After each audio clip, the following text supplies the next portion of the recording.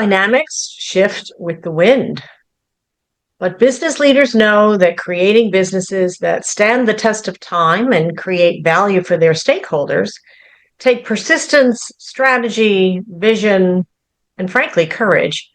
Managing ambiguity and changing dynamics are a core part of the job description. And Mother Nature is not waiting for the politics to change. She's not waiting for economic stresses to calm down or for leaders to step up. And climate change has very real financial consequences, as many business leaders accept. And its reach is expanding. Just ask the people of Houston or Asheville, North Carolina, or Los Angeles, among many other places in the world. The fact that we have too much CO2 in the air that is heating the planet to historic levels year after year is actually a business threat, devastating communities across the country, across the political divides, and across the globe, wiping out homes, businesses, schools, and literally entire areas. But the business community has a lot of power and influence today. They also have a lot of tools in their toolbox to thrive while managing this crisis, even under political stresses. Business leaders know that businesses that focus on keeping their operations resilient to the impact of climate change, and frankly, that treat their employees well, will stand the test of time. It's called sustainable business. What a shock. And it's sustainable in every sense of the word. So how are businesses doing today in addressing these issues? How are they thriving? How are they staying sustainable, both financially and in terms of climate change? Today, we're going to find out from a woman who has been leading the sustainable business program of one of the nation's top business schools. So put on your earbuds, turn up the volume, grab a pen and pad or a tablet to take notes, and let's get started. Welcome to Electric Ladies Podcast. We share stories, insights, tips, and advice from remarkably innovative women working on the front lines of corporate responsibility, energy, sustainability, climate, and ESG-related issues. I'm your host, Joan Michelson. We talk about innovation, leadership, technologies, and careers, always bringing a new perspective. Find us anywhere you like to listen to podcasts on our website, electricladiespodcast.com, and through my Forbes articles as well. Please pass it on to your friends. If you are so inclined, leave us a 5-star review. It helps other people find us. This episode is brought to you by Competent Boards, a comprehensive training program for board members and aspiring board members. I'm faculty there and have the Sustainability and ESG designation certification myself. It gives you the skills, strategic perspective, and confidence, all important, needed for today's boardrooms, especially around the kinds of issues we talk about on Electric Ladies Podcast.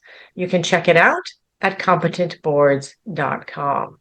And we are having the Earth Day Women's Summit on April 22nd in Dallas, Texas. It's part of the renowned and huge EarthX 2025 event. So come and join us. We're focused on highlighting the unique solutions and perspectives that women bring to this issue. And we're going to have a hands-on working session about solutions to the climate crisis as well, and a few other bells and whistles. So ping me about it on LinkedIn or go to Electric Ladies Podcast and search for the summit for more details.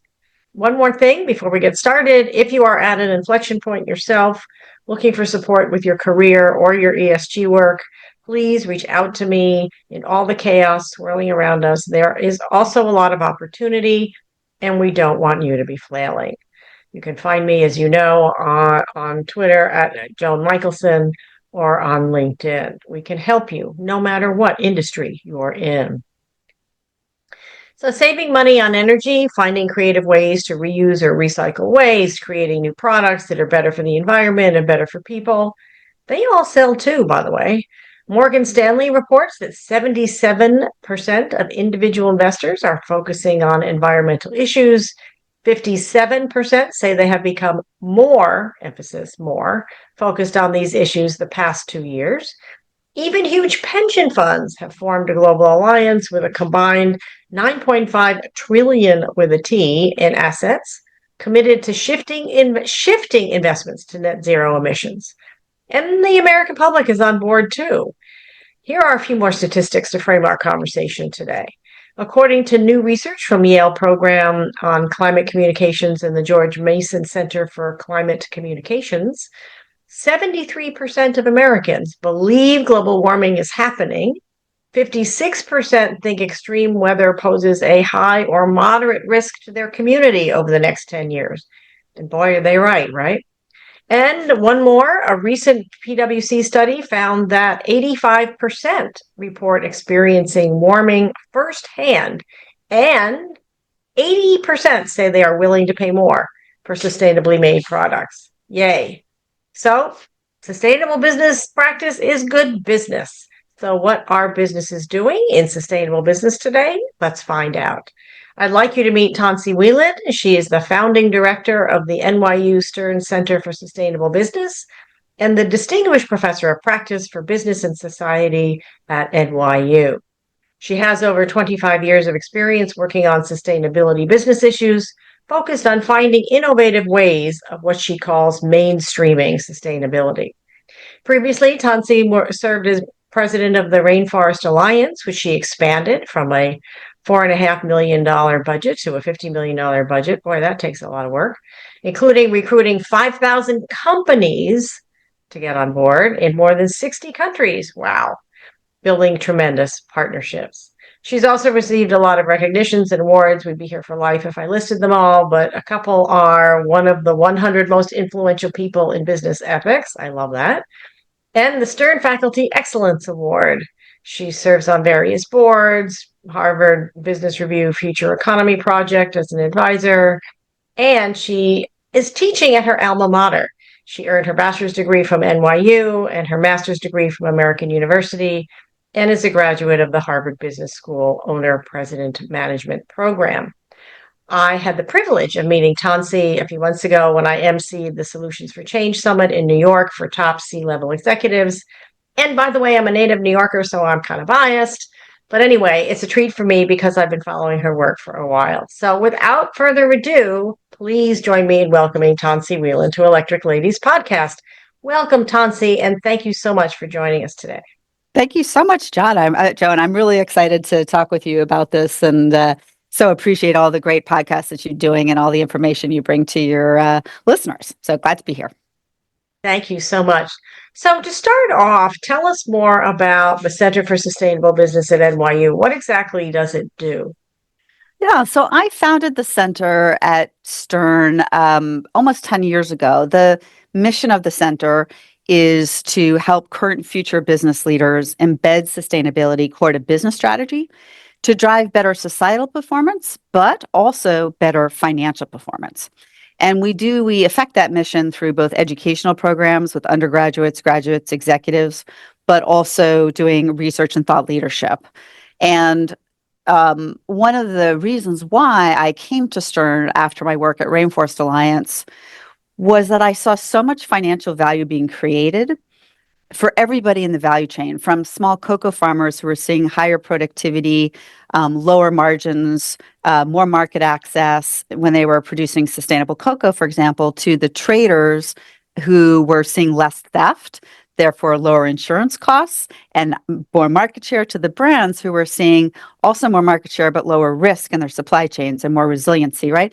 So I got very intrigued with why companies weren't monetizing that and understanding the financial returns. And so that's what we've been, one of the areas we've been really focusing our work on at the Center for Sustainable Business. Well, that's fascinating. Yeah, it's a really interesting angle because most people don't really kind of look at that part. What metrics do you focus on to identify businesses that are, quote, being sustainable and Mhm. that the financial piece of it are, I mean, obviously there's sales, but there's nuances in there. So what metrics are you really looking at? Yeah. So we've identified what we're calling sort of 9 mediating factors or drivers of better financial performance when you embed sustainability. They include operational efficiency. So, for example, waste. If you think about waste, people think of it as a compliance issue, but waste means that you're buying more than you need to pay to dispose of what's left over. So that is an ultimate in an operational inefficiency. So in Okay, say working, that again. I love that. So say that yeah. again. I want to make sure So that that sinks for people. yeah. So waste comes from the fact that you are buying more than you need to pay to dispose of what's left over, right? So circularity, for example, which means that you're taking some of that waste, putting it back into the production, means that you're buying less virgin product and you're not paying the waste disposal costs. In addition, you may also have sales and marketing benefits. So you've got operational efficiency, you've got innovation and growth. We're seeing a whole lot of products, services, processes, et cetera, driving innovation and new sales. You've got employee engagement and retention, right? Really significant piece. You've got sales and marketing and customer loyalty benefits. We do research with Circana, which collects all of our barcode data at retail in the United States. And we've been looking at this data of actual purchasing, not surveys, because everything else out there is surveys, actual purchasing over the last 10 years. In CPG, they have access to every single mom and pop, Target, Amazon, e-commerce, whatever. Sustainably marketed products are growing nearly twice as fast as conventional at a 28% premium on average, right? And the 36 categories that we look at every year, every single category has been growing. And some of them are over, like at 60, 70% market share. And there's well, I can go into that more if you want, but I've got some really fascinating research that I'd love to share. But anyway, so that shows you the kind of the market benefits. And then there's also stakeholder benefits, supplier resiliency, right? License to operate in local communities, NGOs willing to work with you to solve for your challenges rather than attacking you. So there's a whole series. I mean, those are just, they're not all of them, but much of them. And then we take those and we look at, okay, what does a decarbonization strategy drive in terms of better financial performance? It drives energy savings. It drives hedging against pricing volatility of energy because we're seeing more and more pricing volatility around your traditional energy costs. It drives reduction of carbon fees, carbon adjustment tax, et cetera. So avoided costs there. It drives reduced risk in terms of exposure to future regs. And in some cases, it drives opportunities for sales because increasingly, if you're a B2B business, the B2C are asking in RFPs for your carbon footprint, and they want to go with those that have lower carbon footprints. So you may lose out on an RFP. Also, companies are proactively looking to be able to put on their products claims that their suppliers need to be able to authenticate for them. So it also creates a business opportunity. So both B2B and B2C. So those are some of the kinds of drivers that we look at. Excellent. That's exactly what I was looking for. And it's interesting because I find the clients are totally one of the last things you mentioned, that it's in RFPs that you have to prove your metrics and you have to prove that you're walking the talk. Is actually a key driver for even companies who just think it's crazy, but they understand that they want the contract. So it's like, well, I guess we got to track it because we got to report it to these people or we're not going to get the big mother contract, right? Right. Yeah, it's really, really interesting. You wrote and I could ask you about 400 questions from what you just said, and I have a couple of them lined up in there, but we'll get to that in a second. But I love those. You wrote in your opening letter to the most recent CSB report that, quote, the sustainability value proposition is one that businesses and investors cannot ignore. Establishing the business case for sustainability can drive the changes we need at speed and scale. So you just went through the metrics and you kind of defined the business case a little bit, but expand on how if somebody says to you, what's the business case for sustainability and how can we expedite and scale to get the changes we need? What's your answer without giving a PhD dissertation? Well, no, I mean, because, if you're at a meeting or something and somebody is kind of skeptic, they're going to say, really, what's the business case? Right, exactly. So first of all, the company needs to be focused on what's most material from an environmental, social, or governance issue to actually derive value from it. So in other words, if you're a food and ag company and you're not managing for climate change, you have both a huge risk and also a huge lost opportunity. But if you're, a service company with very little climate impact, right? That's not going to be a material issue for you to be building a practice around potentially. I mean, it's going to depend, right? So understanding first what's most material and then focusing in on what are the upside as well as downside opportunities associated with those material issues. So you kind of find for an apparel company, you've got water, toxics, labor, carbon, waste issues, just as an example. And so looking at that, you can determine, all right, where are our risks in terms of regulatory or toxic incidents or employee getting ill or type things. And then you figure out, all right, how do we need to solve for those in order to reduce our risks? But what I find over and over again is that people really tend to invest far more for upsides than downsides, just sort of human nature, right?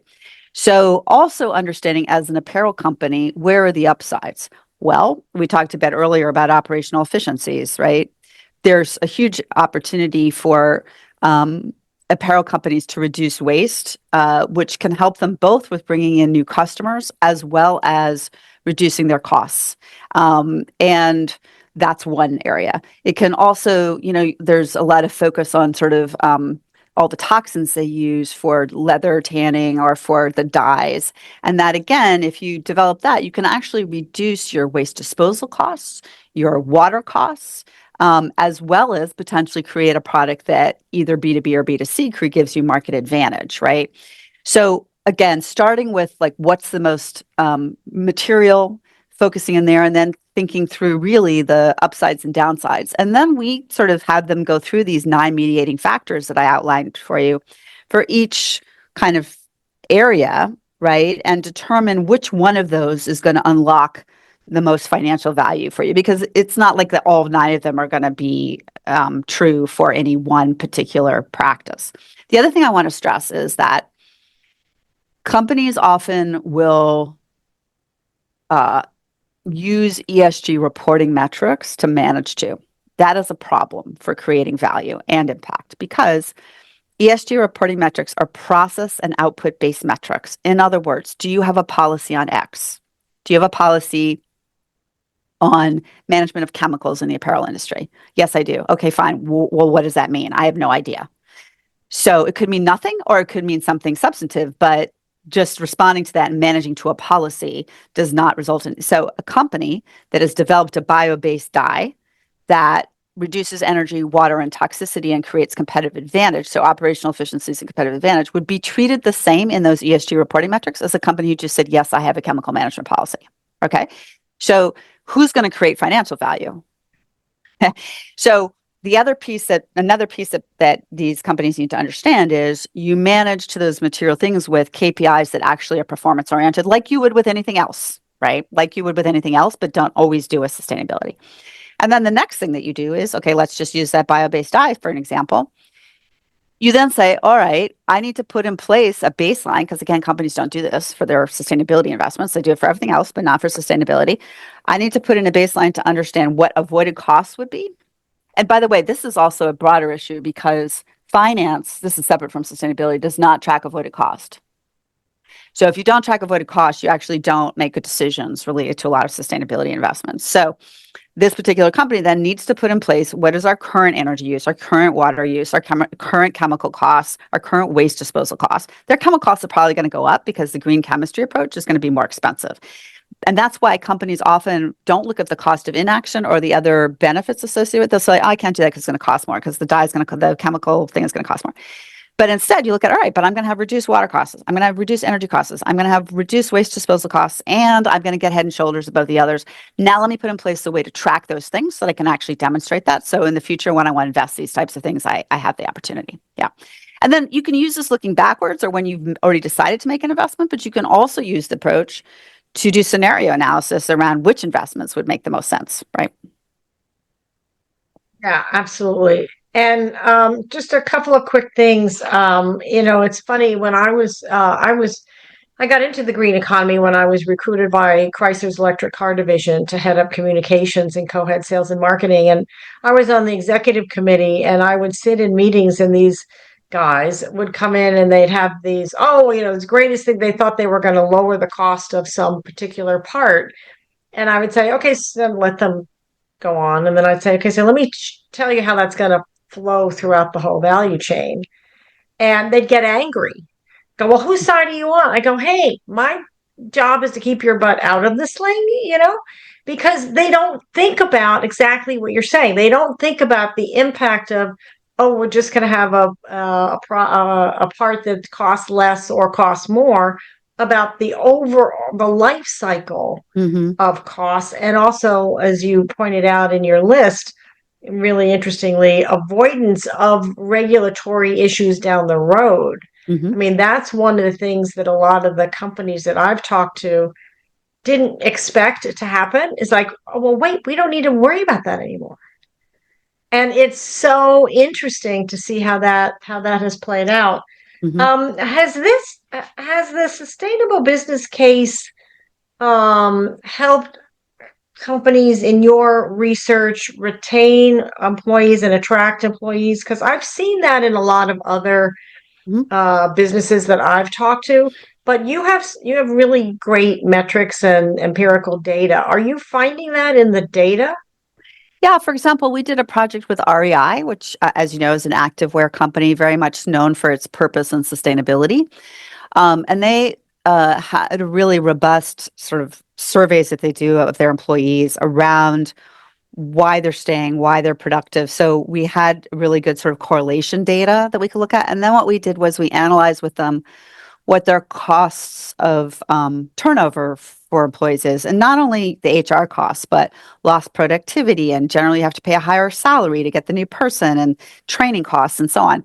And then we looked at their retention and productivity of their top employees versus the industry average, and identified what that delta was and how much money they were saving on both retention and then generating in terms of improved productivity. And it was to the tune, after looking at sort of net, after looking at some expenses, $34 million annually, or about 5% of payroll, which is a number they'd never looked at or seen. They do their sustainability and purpose work for other reasons, and there are other benefits in terms of customers and so on. But this was a benefit they'd never monetized. There's So that's other benefits. 35 million in savings and 8% lower or 8% higher retention or lower No, sorry, it turnover. was 34 million in total costs, in total financial benefits, which included savings and revenue associated with productivity, and it was which was representative of 5% of their payroll costs. Okay. Yeah, and then Great. we've been looking at health and safety, for example. I think is another good one, right? If you ensure good sort of ergonomic positioning, et cetera, in the factory line, you have less injury. That means you'll have less people out. So your productivity is better, your reputation is better, your retention is better, but also your insurance premiums are better, right? Because you have less accidents. And in fact, we were working with a PE firm on this value creation work, and they applied our framework to work with some portcos. And one of the portcos, portfolio companies, had bad health and safety rates, which they'd never looked at. And so the GP said, well, why aren't you, this is a material issue for you. Why aren't you looking at it? And they looked at it and they said, oh, wow, it actually is material, but we stopped doing the training during the pandemic, and then we didn't bring it back. So there was a very, very easy adjustment to make that was significant from a financial perspective, right? To make that shift. So it's those kinds of things that we want to look at. Oh, that's perfect. Well, because if they don't have employees, I mean, as we're noticing right now going on down the street from me, I live in DC, Mm, is that if you don't have employees, you don't have an organization, right? You don't, yeah. So many employees, especially millennials and Gen Z, they want to work for companies that they feel aligned with and Mhm. they feel empowered to choose. Mhm. So they want to prove. I mean, I've had people on my show who are CSOs, chief sustainability officers, who have said, I get calls from HR all the time saying we want to hire these people, but they want proof of what we're Yeah. actually doing. Will Yep. you talk to them? Yep. And it's so interesting to me. And it's across the board. I mean, it's especially true for millennials and Gen Z, but it's really true across the board. Mhm. And frankly, also for women. You mentioned staying on the financial performance for a minute. You talked about the in the research with Deloitte. By the way, I also worked at Deloitte in the past. That companies gained 2% or more in revenue growth with sustainable practices, and you kind of just touched on it a bit. But talk about where what are the actual financial drivers that support the sustainable strategies? Is it the waste reduction, or what triggers action? And I'll just give you one interesting example. I interviewed Cindy Ortega, who was the chief sustainability officer of MGM Resorts International. You may know Cindy. Um, she had been CFO actually. And in fact, she was kind of doing both, but she got into it because she saw the numbers, how Mhm. much they were spending on energy, and said, wait a minute, this is crazy. And there's all these other technologies I can use to lower this. But Nevada Power, the utility, would not let them because Nevada Power was behind the curve. So Cindy actually negotiated MGM Resorts out of the utility Ah, interesting. and became, in effect, their own utility. And by the way, one of the outcomes was better employee retention because employees could do other stuff that they didn't have to suddenly, when they changed some of the systems, they didn't have to spend as much time on Mm. manual labor. They could do more interesting things. Mm. So that's a CFO who's saying, my trigger is my energy costs, Mhm. right? So what are you seeing is the point that they say, okay, this makes sense now? So in food and ag, you were asking. So in food and ag, that is a very complex sector because there's quite a few material issues that are threatening the future of their Yeah, businesses. So literally. climate change is affecting crop productivity in a big way, right? As an example, and human productivity is too hot, you can't work, right? So regenerative agriculture, which is about, it's the same as sustainability, but it places a bit more focus on protecting the soil because the soil, if you're better managing the soil, then you're less likely to have a lot of soil erosion and less challenges to productivity. So anyway, we worked with Cargill to look at their soy farmers in the Midwest. They wanted to get more soy farmers to adopt regenerative practices, but farmers are, understandably conservative because taking on new practices can be risky. Who's going to pay for them? Blah blah blah. So we looked at the benefits of having no-till agriculture, which means you don't plow up the land, and cover crops, which means you're protecting the soil against extreme weather, right? Both sun, droughting, like making the soil all crumbly, or water, making it sort of rushing it all off. So in doing that analysis, we found that there was actually significant benefits to the farmers of those practices, which they didn't know because they weren't tracking it. So about $55 per acre in direct benefits related to lower input costs. You needed less chemicals. You needed less fossil fuel because you're not running the tractors, right? You had higher productivity in terms of the soil being more robust and generating, higher productivity. In terms of indirect benefits, which we also monetized, you had benefits ranging from lower costs for insurance due to better resiliency, actually higher productivity during bad weather events due to resiliency, ability to take price when you wanted to as opposed to being forced into it. So you also had benefits from that. And then we didn't actually include these, but in the future, there'll be benefits to them of nitrogen and phosphorus reduction and carbon sequestration. So ecosystem services, as they're called, you can actually, like Microsoft is buying carbon sequestration credits on farms. And one of the recommendations we made to Cargill was they actually build a business out of that, and they're actually doing that. The other thing, just on the Cargill side, so those were the benefits to the farmers, which came up to about $100 for their, excluding the ecosystem services, about $100 an acre. And these are large farms per Wow, year, that's a right? lot. Yeah. Yep. And then for Cargill, in addition to them potentially building a business out of this, every time if they source their soy from like what you might call soy sheds, and then they've got their processing nearby those, anytime they have to go outside the soy shed to get more soy for what they need, it costs them more. Not necessarily the cost of the soy, but the expansion of the effort. So by doing this, they were able to ensure that they weren't going to have to do that, expand their soy shed. So they avoided the cost of doing that by, investing in this kind of work.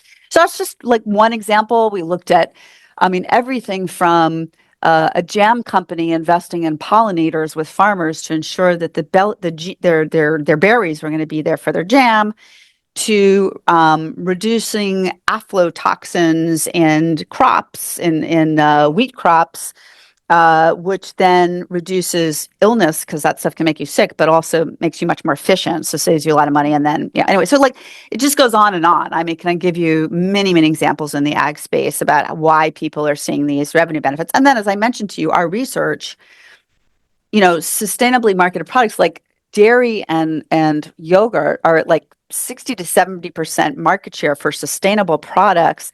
And I think it's around 16 and 30% premiums. Okay. So, and Wow. this is being bought by all demographics. And when we started looking this 5 years ago, we started to look 5 years prior. We had the data from 5 years prior, but 5 years ago is when we really started to look at it. In that year, Dean Food, and we saw this like conventional market share was dropping dramatically and sustainable was continuing to grow.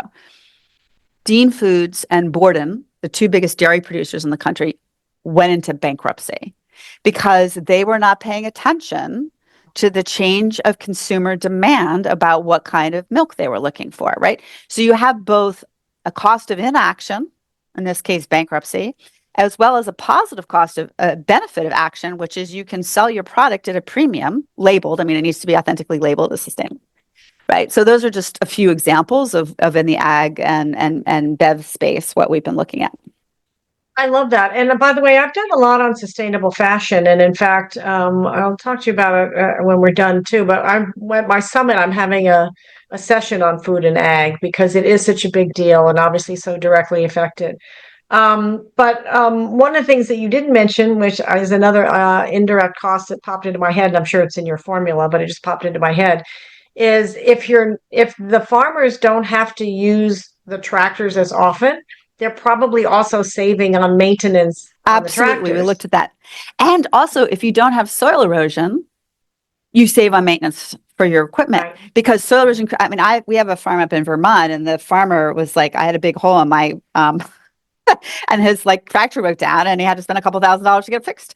So like this is like a very common thing. So really good point. Yes, it is something we look at. Yep. So I want to pull out, you mentioned some consumer data, and you have this in your CSB report as well, and PwC talked about it as well. The 80% of consumers say they're actually willing to pay more, as much as 9.7% PwC found as a premium. You're talking about your premium that shows the market for sustainably made products. And a lot of companies they still have in their head, and everywhere I go, it's like, oh, people won't pay more for it. I'm like, well, actually, the research says they will. But in today's political dynamics, whereas the Edelman Trust Barometer found 61% of people holding grievances, and there's so much less trust, and there's a question of what's factual and what's not. How can sustainable businesses be authentic in talking about their sustainable products and not have it look like either greenwashing or like apologetic or whatever. I mean, there's so many conflicting dynamics going on right now, and yet Yep. the market really wants it. It does. Yeah, so we've done research on the right messaging as well. So I'll come to that in a minute. I just want to stress the types of studies that you're mentioning. Like I know the PwC one and I love them, they do great work. Those are surveys. And so what I constantly hear from CMOs is, yeah, people say they want to buy, but then they don't buy or they don't pay a premium and there's this green gap, which is why our data with Circana is so important because it's actual purchasing, not surveys. That actual purchasing is that 20% on average. Some categories are discounted. Some categories are at 100% premium. Most of the 40 CPG categories are at a 30% premium. That is, I've worked in CPG with Rainforest Lines. Companies are not paying 30% more for these products. If anything, they're paying a couple of percentage points more. They're charging that because they can, because people are willing to pay it. The other thing that we've seen on that data is we looked 5 years ago at demographics, who's buying it across all the different categories, and then most recently last year. And back 5 years ago, we saw more separation. So as you might imagine, millennials, upper income, more educated, urban areas were over indexing, right, on the purchase of sustainable products. Again, tracking actual purchasing. And the demographics you might expect to be under indexing were. What we've seen is there's less over indexing, but there's also less under indexing. So you're starting to see across all categories. For example, as I mentioned, dairy and yogurt are at like 55 and 70%, I think, market share on sustainable. That is true across all demographics. Young, old, rich, poor, educated, uneducated, rural, urban, does not matter. The more that the products become available, people are purchasing them. Why? All right. And this is where I'm going to go to the Edelman research. So with Edelman, we took 9 iconic brands and tested a whole series of different environmental sustainability messages and had them do forced choices back and forth, right? Which one worked for you better? Which one did you like today? And which one drives purchase intent? The bottom line that we found is that you have to start with the core attribute, right? Which is a mistake that some companies make. Like nobody's going to buy more than once a bar of chocolate that's sustainable if it doesn't taste good. Nobody's going to buy more than once a laundry detergent that is sustainable if it doesn't work, right? So you've got to start with that core attribute. But then we found that the right 2 additional environmental sustainability messages could drive your core attribute purchase intent of about 34% up to 74%. What are those kinds of messages? And you can have up to 2, building on the core attribute. Any more than that is sort of diminishing returns, right? So the key areas that people respond to, and I'll tell you what they don't respond to as well. But the key areas that people respond to work across red state, blue state, young, old, all the demographics. First and foremost, environmental health issues. This is better for me and my family from a health perspective. That is true for red state moms just as much as it's true for blue state moms, right? Everybody wants their kids to be healthy. So a lot of environmental work is couched as good for the planet, but it is also good for your health, right? So you can focus in on that issue. Another one is good for my pocketbook. So cold water laundry detergent saves me money on my energy. A jacket that the manufacturer is promised to repair for me saves me money, right? So that's another key message. A third that works for everybody is animal welfare. People care about animals, probably because of their own pets, but you can talk about it in the context that they care. They care about supporting local farmers. Also a good message. And then the final good message is sustainable sourcing. And we thought with sustainable sourcing, you might have to explain it, but actually you don't. That you if it's clearly sustainable sourcing, great, it works. And again, across all demographics, those messages really. So let's sort of go to that laddering up thing, right? So you might talk about personal care or like a moisturizer that moisturizes your skin with healthy ingredients produced by local farmers, right?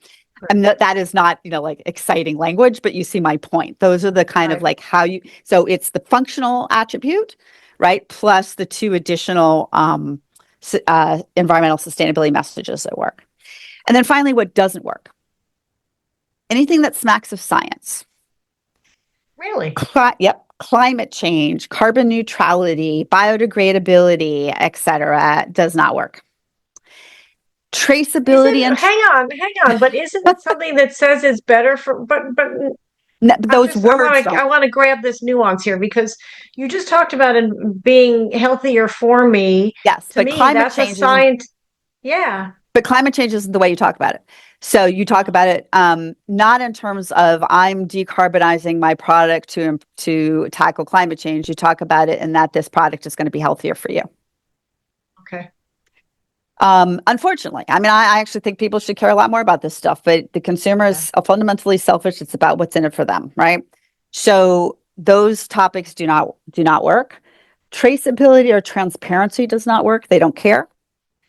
Regulators may care, so you may need to document it, right? But consumers don't care. Certifications. Well, hang on. Transparency in terms of authenticity, I think matters. But They what you're would, saying but is not transparency in terms of making checking claims. the facts. Yeah, making claims that we have a traceability system that is tracking, although they don't care. They just want to know the end result, right? Same with certifications. Certifications don't really matter. Now, I ran Rainforest Alliance. Certifications are very important. So I was like, oh my goodness. But what the key point is, you put your certification on for authenticity. You add a sentence that ties back to the topics that people do care about, right? Mm-hmm. And then finally, they don't care about packaging claims. They care about what's in the package, except for the one exception, which doesn't come as a top ranked claim, but will get you to like a middle ranked claim, is 100% recycled. Duh. They understand the difference. So packaging, in some cases, the claims will work, but they're really more interested about what's in the product. So and now we're working on a social sustainability messaging test with some brands as well. Oh, yeah, that's great. That's super helpful. And it's a really interesting challenge. In fact, at the summit, we're going to do a whole session on how do we talk about this stuff, right? The what I want to ask you a couple more things and then get some career advice from you as well for women in particular. But what are the two sides of this? What are the priorities and what are the biggest concerns that companies face today and which stakeholders are driving it? I mean, I would think that, sales is always the top of the line, but between COVID and the communities that they work in, et cetera, those are all critical too. So if you could just tell me a little bit about the priorities and the concerns that kind of address those, and then we'll get to some career advice before I Sorry, let the you go. priorities and concerns of businesses around what to focus on. Sorry. Correct. Yeah. Yep. So I think any company selling into Europe, very focused on regulatory reporting as a driver. Many companies focused on investors, many companies focused on drivers related to employees, like you mentioned earlier, and then obviously customers and consumers. The challenge is that in this sort of environment that we have right now in this country, those that are multinational and selling multiple areas, and also even in multiple states, because blue state pension funds are doubling down on sustainability while red state pension funds are firing you. So, by the way, the blue states have a lot more money than the red states, just as a point. But California, what is it, the third largest economy in the world or eighth or something? Anyway, it's really big. And they have regulations that you have to report to. So companies are challenged because for some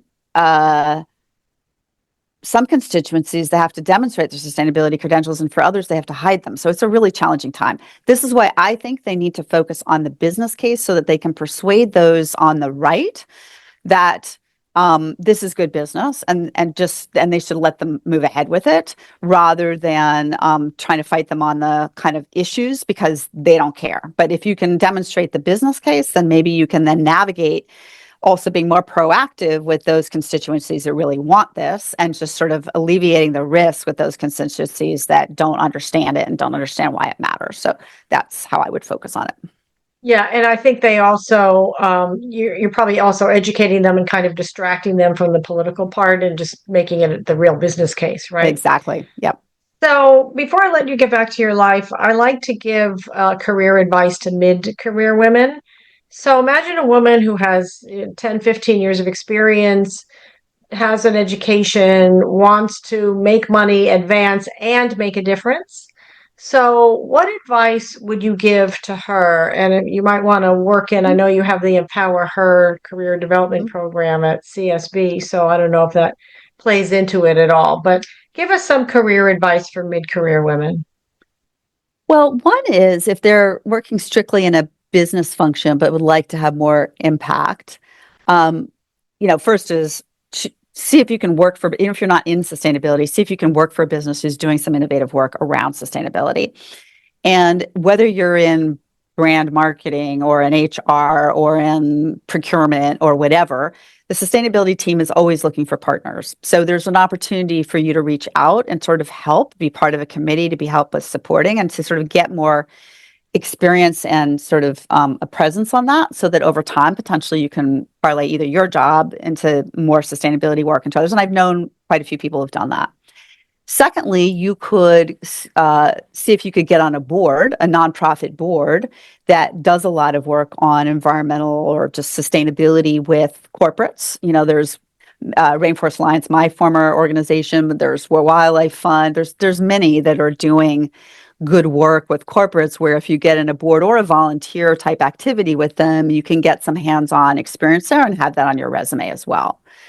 Um, I think another is because, as we've been talking about, the skepticism in businesses is often, well, yeah, that's a soft thing. And of course, you're a woman, you're concerned about these soft things. So read all the stuff on our website, begin to understand what that business case is. So when you're talking about needs, why you think it's important for the company to begin to work on X sustainability issue, make sure that you're accompanying it with the kind of key business points, right, on that. And then I think the final thing that I would say, and it's not so much related to sustainability, but my whole career I've advanced, I think, for a variety of reasons, but I've always seen where the holes were and then figure it out how to solve for those holes, how to like look at a problem with an opportunity mindset and volunteer to attack that opportunity and be willing to take a risk to do that and feel comfortable, which, women, all of us, struggle with at times that like, even if I don't know 100% about that issue, I'm still going to be able to deliver something exciting, right? As I do it. So I think like stepping up and raising your hand when you see an opportunity is another key piece of how to navigate this. And then the final thing I'll say, which is just like a small thing, but learning, I did a really helpful public presentation course, like how to communicate well to people early in my career. And one of the things I learned from that was not only public speaking, but actually how to notice in meetings how people are able to be effective in meetings, right? Because it you learn when you do the good courses how to notice what people are doing in their communications that are driving people to listen to them, right? And so it gives you some skills around being persuasive, not only for large audiences, but in smaller meetings where you're trying to kind of move your agenda forward. And related to that is, always go into a meeting, even if it's not called by you, with what you want out of it. So that you're very clear ahead of time, like where you're trying to go. Now, you may not get there, but if you don't know what you want, you're definitely not going to get there, right? So that's another sort of for me, I think has helped me be effective. Oh, that's interesting. I actually do a training on how to maximize a conference because people just go to conferences and then they come back and they go, well, and they don't really, all they have is, maybe they have a stack of business cards or whatever. But it's like, well, what's your agenda? Right. What's the point? Why are you going? Who are you going to talk to? What do you need to arrange in advance? How are you going to follow up? And they go, oh, yeah, Yeah. it's interesting. So I'm glad you said all that. That's perfect. So any final thoughts before I let you get back to your life? Just if anybody would like any of the work we're doing, it's all open source on our website. If anybody would like to reach out to me individually, I'm happy to hear from them. And many thanks, Joan, for bringing me on and for this great conversation, all the terrific questions. Oh, you're welcome. You're welcome, Tansi. I appreciate it. Thank you so much for joining us today on Electric Ladies podcast. Tensie Whelan of NYU as well. So, what do you see as the sustainable business case? What is your business doing? What is your company that you work for doing? Post it to us on Twitter and Threads at Joan Michelson. Send us any questions there at all, including for Tansi, and I'll be sure to share them. You may also win a complimentary 30-minute coaching session with me. And please subscribe to our mailing list to stay abreast of our amazing guests like Tansi, our articles, and career advice. And you can do that on electricladiespodcast.com.